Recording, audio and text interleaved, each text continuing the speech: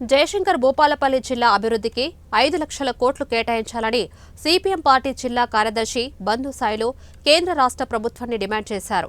CPM party జిల్లా కార్యాలయంలో ఏర్పాటు చేసిన సమావేశంలో సాయిలు పాల్గొన్నారు. అన్ని వనరులు ఉన్న జయశంకర్ జిల్లాకు రైల్వే మార్గాన్ని సైతం ఏర్పాటు చేయాలని డిమాండ్ చేశారు. ఈ కార్యక్రమంలో సిపిఎం పార్టీ నాయకులు దేవేందర్, రాజయ్య, రమేష్ తదితరులు పాల్గొన్నారు. ఈ నెల 25 నుంచి 28 వరకు జరిగినాయి. ఈ జిల్లా నుంచి 13 మంది ప్రతినిధులు ఆ రాష్ట్ర మహాసభలకు హాజరైండ్రు.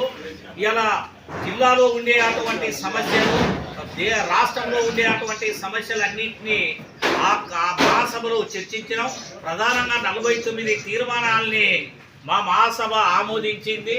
అదేవిధంగా ఈ జిల్లాకు రాష్ట్ర కమిటీలో అవకాశం కల్పించినటువంటి తమ్మినేని వీరభద్రం గారికి, గొల్లపల్లి నాగయ్య గారికి, ఎస్ వీరయ్య గారికి, ఈ జిల్లా గైడ్ అన్నటువంటి వెంకటేష్ గారికి ప్రత్యేకమైనటువంటి ధన్యవాదాలు తెలియజేస్తా ఉన్నాం.